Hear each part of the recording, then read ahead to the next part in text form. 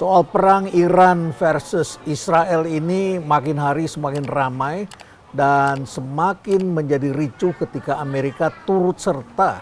Lalu kemudian Amerika menghadapi tekanan di dalam negeri. Donald Trump ini luar biasa sekali dapat tekanan dari masyarakat sendiri. Maka pada hari ini pada saat kami melakukan tapping ini, kita mendengar kabar bahwa pada hari ini Amerika Serikat mengatakan ceasefire. Tapi kemudian dibantah oleh Menteri Luar Negeri Iran. Apa jadinya ketika mereka melakukan blokade terhadap perdagangan di Selat Hormuz? Apa kira-kira yang akan terjadi dengan perekonomian Indonesia?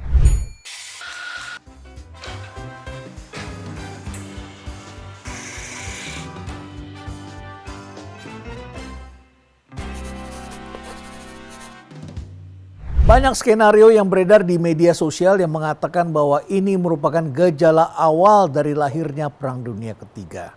Mari kita lakukan assessment. Benarkah demikian? Tentu saja menjadi sangat benar kalau kalian menganut teori konspirasi.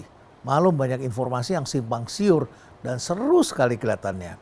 Nah, kenapa sampai kali ini kita bisa mengatakan kemungkinannya ada tetapi kecil? Ya sekitar 20% probabilitasnya.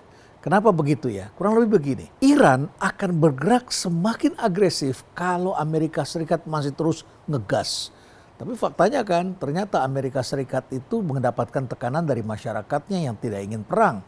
Lalu kemudian yang terjadi adalah Amerika Serikat, Donald Trump tuh segera mengumumkan ceasefire. Iran tentu senang, rakyatnya kemudian menyambut seakan-akan itu sudah tuh kemenangan. Dan bagi Iran juga satu hal yang sangat berisiko kalau mereka kemudian terpancing dan kemudian melakukan blokade terhadap Selat Hormuz. Selat Hormuz ini kan kepentingan banyak negara. Bayangkan itu adalah jalur perjalanan untuk ekspor minyak ke banyak negara. Sekitar 20% sampai 25% dari perdagangan minyak global ada di situ. Dan itu bukan cuma minyak, tetapi juga ada bahan untuk pupuk, bahan-bahan lainnya. Nah, lalu kemudian yang terjadi adalah Amerika akan melakukan serangan besar-besaran terhadap Iran. Lalu kemudian sekutu masing-masing akan terlibat. Sudah pasti kalau Iran terlibat di situ, Rusia tidak akan mendiamkan. Lalu Cina juga akan memberikan dukungan ekonomi. Nah, Amerika Serikat tentu juga akan dibantu oleh negara-negara NATO. Lalu kemudian negara lain yang membeli minyak juga terancam karena ekonominya juga terganggu. Oleh karena itulah maka kelihatannya Amerika Serikat kemudian menahan diri, lalu kemudian Iran mengambil keputusan untuk juga menahan diri. Tapi ini kan adalah suatu ceasefire yang rapuh, ini juga harus kita hitung. Lantas kemudian apa dong kira-kira yang akan terjadi? Menurut saya ini ada 4 skenario lain begini. Yang pertama adalah Iran tidak akan fokus berperang pada Amerika Serikat. Tetapi dia akan fokus pada musuhnya yang akan mendapatkan dukungan internasional, yaitu Israel. Iran mengesankan akan mematuhi gencatan senjata selama Israel tidak melanggar. Itu sudah dikatakan oleh para pemimpin di Iran. Tetapi Netanyahu sendiri masih ngegas dengan mengatakan siap kembali menyerang Iran bila perlu. Wah, ini kelihatannya masih semangat untuk bertempur ini. Itu sebabnya Donald Trump kemudian segera menenangkan dan mengatakan bahwa ia mencoba untuk bertindak seimbang, yaitu dengan mengancam Israel agar tidak agresif. Serangannya ke Iran sendiri terkesan adalah simbolis untuk menunjukkan bahwa ia adalah anti terhadap senjata nuklir yang digunakan untuk perang. Kemungkinan yang kedua adalah sifat perangnya berubah menjadi bersifat proksi. Ini sudah dilakukan sebelumnya, tetapi akan menjadi semakin banyak. Iran melibatkan sahabat-sahabatnya yang ada di Lebanon, Hezbollah, lalu kemudian juga sahabatnya yang ada di Yemen, yaitu Houthi, dengan dukungan senjata tentu saja dari Rusia. Kemungkinan yang ketiga, terjadi perang teknologi antara Amerika Serikat dengan Cina, tapi kan imbasnya ke mereka. Kenapa? Karena Amerika Serikat dengan Cina ini masih tegang dan namanya juga perang dagang. Kalau perang dagang kan ini adalah perang kepentingan ekonomi. Pada saat Amerika terdesak, Amerika minta bantuan pada Cina agar ikut melunakkan Iran. Tetapi begitu dia terdesak lagi, lebih jauh lagi, lalu kemudian bisa saja dia mengatakan, ini kan perang teknologi. Apalagi Cina sudah bisa menggunakan AI. Dan kita menyaksikan terjadi perlombaan untuk pertunjukan panggung teknologi dunia dalam persenjataan. Dan kita bisa lihat di belakangnya ujung-ujungnya adalah perdagangan. AI dan cyber warfare telah menggantikan perang konvensional di mana tentara berhadapan dengan tentara. Yang keempat bagaimana? Keempat tentu saja kita melihat banyak hambatan untuk menjadikan kejadian ini sebagai perang dunia yang ketiga. Karena semua bangsa hari ini tengah sangat sibuk dengan persoalan ekonomi masing-masing. Riskan sekali ketika negara adik kuasa sedang mengalami declining. Jadi mereka satu sama lain sangat tergantung. Cina dengan Amerika kan tidak hanya sekedar perang, tidak hanya sekedar saling bermusuhan, tetapi sangat tergantung. Jadi misalnya saja Cina sekarang saat ini ekonominya kan juga tentu terganggu ketika ekspornya tidak bisa masuk ke Amerika Serikat. Dan itu mereka akan menghadapi dinding-dinding tebal dari negara-negara lain termasuk dari ASEAN misalnya. Oleh karena itu maka Cina juga masih punya kepentingan dengan Amerika Serikat. Dan tentu saja masing-masing bangsa ini juga masih menggunakan kerjasama global. Di sisi lain kita menyaksikan Rusia dan Cina sangat aktif mendorong deeskalasi. Artinya mereka tidak menginginkan terjadinya peperangan. Menteri Luar Negeri Iran telah bertemu dengan Putin di Moskow. Sementara Cina telah menyerukan stabilitas di Selat Hormuz. Uni Eropa dan negara-negara G7, mereka mengingatkan sangat tinggi resikonya jika terjadi eskalasi dan itu akan memungkinkan kalau negosiasi kemudian menjadi gagal. Jadi semua negara sesungguhnya sedang berada dalam resiko yang sangat besar untuk menghadapi kesulitan ekonomi bila Selat Hormuz benar-benar menjadi ajang pertempuran. Apa kira-kira yang akan terjadi dengan perekonomian Indonesia? Ini dampaknya geopolitis, penerbangan, perekonomian, dan banyak hal yang akan kena nantinya. Tentu saja ekonomi di Timur Tengah juga akan semakin runyam. Lalu kemudian perdagangan dari Eropa ke Asia akan terhambat. Lalu terjadi inflasi dan lain sebagainya. Termasuk pariwisata juga akan terhambat. Nah, telah hadir di sini bersama dengan saya Pak Laksamana TNI Purnawirawan, Profesor Dr. Marsetio. Terima kasih Pak Marsetio telah datang di tempat kami di Cafe Breezy. Pak Marsetio, perang antara Iran dengan Israel ini yang melibatkan Amerika. Tentu kalau saya baca dari para pengamat, wah Iran kalah nih. Karena teknologinya Israel itu mereka mempunyai teknologi yang presisi, rudal presisi. Sedangkan ini mempunyai gudang rudal. Ya, mereka punya 3.000-an sampai 5.000 rudal dan itu biaya produksinya murah di Iran. Dan mereka mempunyai drone yang luar biasa juga yang murah. Sedangkan ini mempunyai rudal berkepala nuklir yang terselubung begitu. Israel mempunyai itu. Di sini mempunyai senjata nuklir yang sedang diproduksi begitu ya. Dan Amerika terlibat. Tapi kan ini juga bisa melibatkan Rusia dan Cina. Ya, dan kelihatannya Cina tidak berperang, tetapi mereka bisa memberikan dukungan-dukungan tertentu. Cina ini karakternya adalah dagang, ya, bukan berperang fisik begitu. Kita lihat lagi Rusia ini kan pasti akan memberikan dukungan. Pasti. Seperti apa kompleksnya perang ini, Pak Marsetio? Perang modern di abad ini yang beda dengan pada waktu Operation Desert yang ada di Irak di era saat itu. ICBM belum sampai jangkauan 2.500 km. ICBM itu apa? Rudal? Intercontinental Ballistic Missile. Jadi kalau negara punya misal, itu dia ada over the horizon jaraknya. Maka dia punya satelit sendiri. Nggak boleh sewa satelit orang, nggak boleh. Nanti dimatikan, selesai udah. Israel dia juga punya rudal.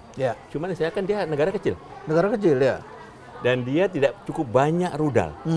Rudalnya kemarin kalau Israel untuk menghadapi Palestina, menghadapi Hizbullah, cukup udah. Tapi kalau menghadapi Iran, ini nggak imbang nih. Nggak imbang, dia punya gudang rudal yang luar biasa. Makanya sih Amerika, dia ngajak Amerika. Ngajak Amerika. Tapi sekarang kan semua negara-negara, para pemimpin kita mengatakan bahwa perang di Timur Tengah itu dapat dihentikan hanya keputusan 5 pemimpin 2. Yaitu mulai dari Ayatollah Khamenei, Netanyahu, dan Trump, Putin. Xi Jinping dengan Putin. Tapi dalam sejarah perang kan tidak selalu bangsa yang datang dari jauh menang.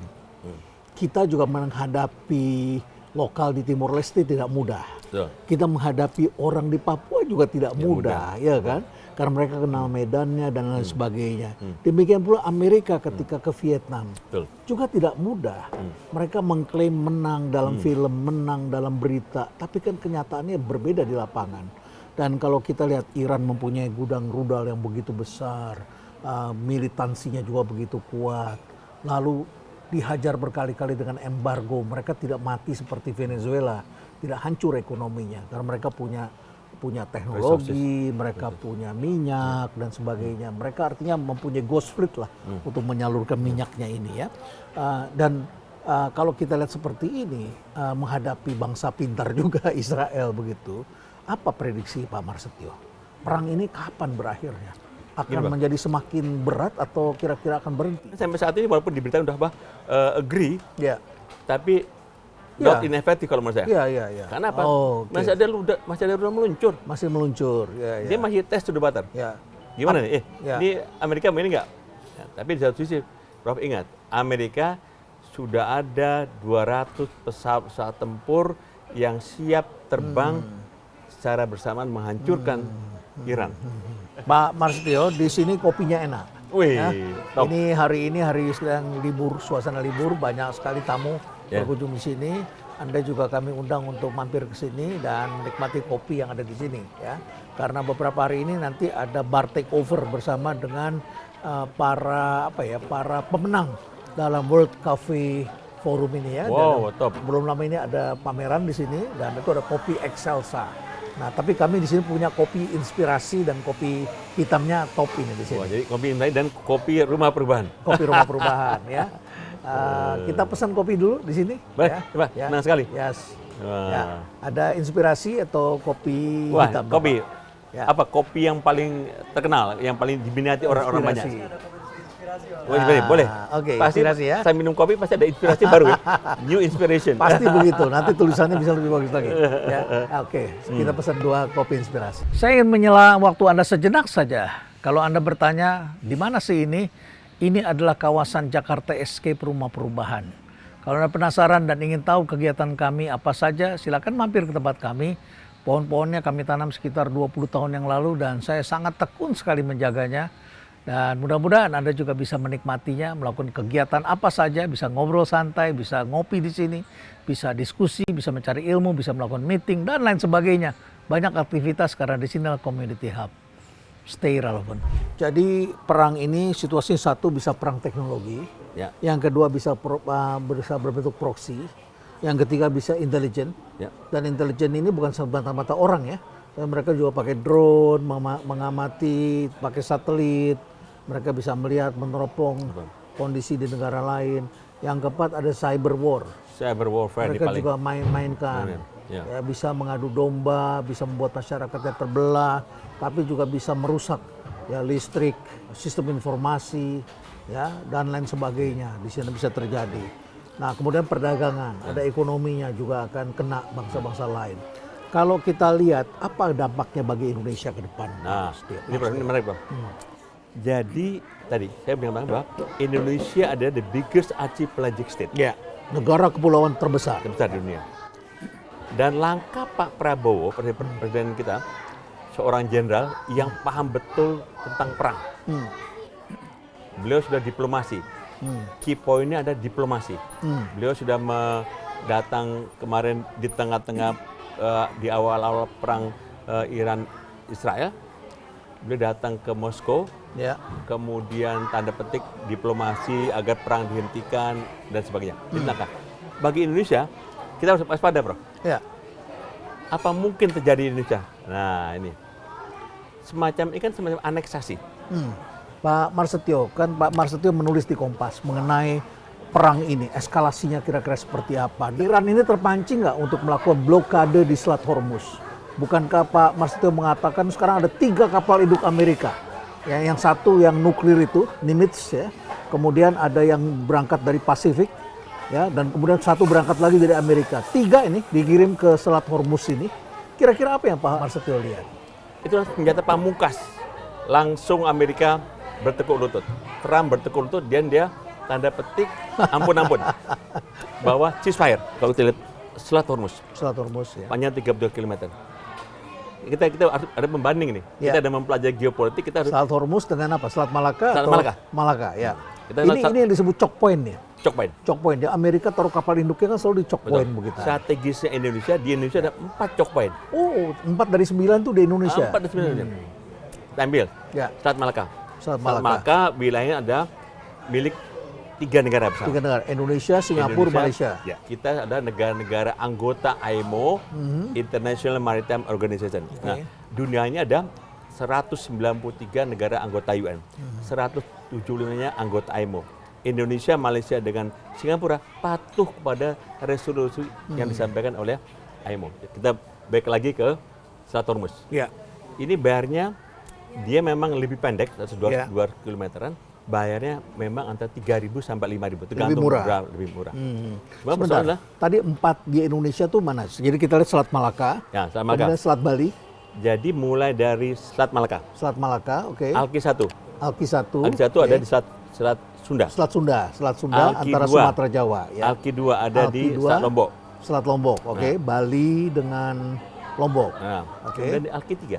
Alki 3 berarti yang Di dari Timor Leste, yang Australia masuk ke dalam. Australia itu Lewat sampai ke atas. Selat Ombay naik ke atas. Sulawesi bagian barat ya, kalau tidak salah ya. Betul ya? Ya, oke. Jadi choke point, pengertian choke point itu bisa dari bawah, tadi 4 tadi, bisa juga apabila masuk dari Natuna. Masuk dari Selat Makassar dari Laut Sulawesi, atau bisa dari Laut Filipina. Ternate di atas sana. Ya. Gitu. Jadi kita posisi kita sangat strategik. Nah, memang kalau kita lihat bagaimana kita menempatkan Indonesia sebagai the biggest archipelago bisa menempatkan posisi kita. Tapi kenapa bayarnya lebih banyak ke Singapura daripada ke Indonesia? Karena ke pelabuhan yang mereka masuk ke sana. Atau mereka punya teknologi yang mengantarkan itu? Jadi, Prof, Ya. dari 12 VTS, Ya. Vessel Traffic System, Ya. Sistem untuk mengatur traffic di Selat Malaka itu yang punya siapa? Singapura. Oh. Nah, ini menarik nih. Jadi kita kalau dulu bicara, wah, ruang udara kita dikendalikan oleh Singapura. Saya udah pernah sampaikan, ruang laut kita juga dikenal oleh Ya, Singapura. ini mungkin karena kita terlalu asik ngurusin sumber daya alam ya. Kita lupa mengurus lautnya jadi. Baik. Pak Marsetio, ini geopolitik ini semakin rumit, tentu nanti berdampak pada pertahanan kita ya. Pertahanan kita kan juga menyangkut soal bagaimana kita membangun ekonomi kita, bagaimana kita juga menjaga kesatuan di negara kita, bagaimana kita juga menyiapkan masa depan kita.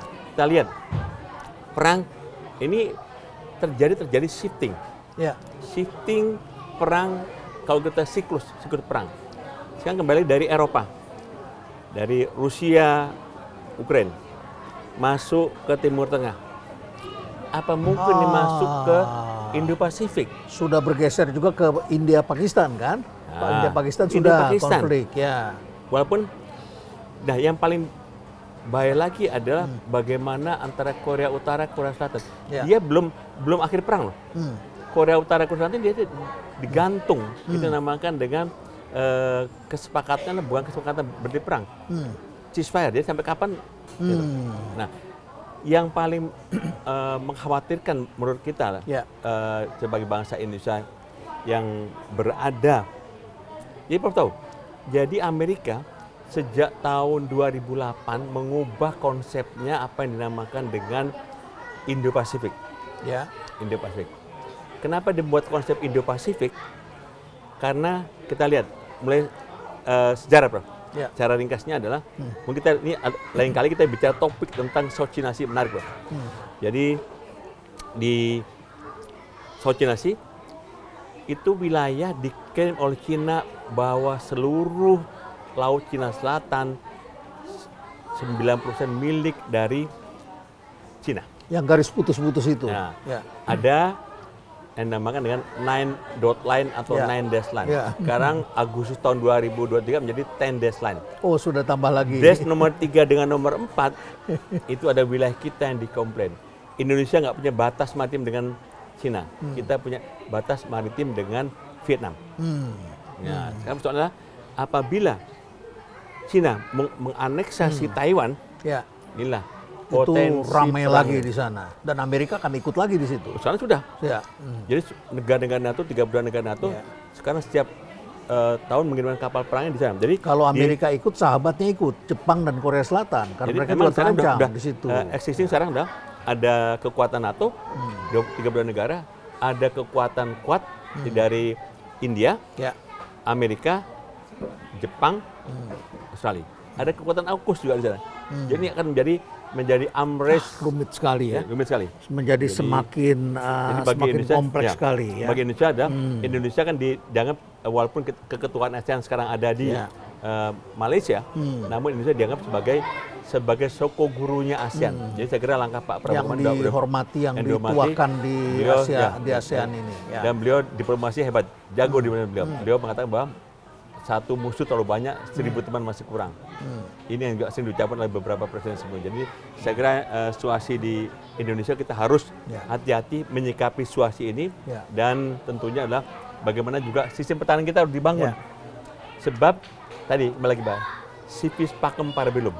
Kalau kita cinta civis pacem parabellum, kalau kita cinta damai, siaplah untuk berperang. Nah, sekarang kita anggaran pendidikan termasuk terbesar. Jadi kita akan menyiapkan sumber daya manusia kita, banyak sekolah-sekolah kita yang termasuk anak-anak tidak mampu. Kan kita tahu kalau di Kementerian Pemerintah Sosial, membangun sekolah rakyat.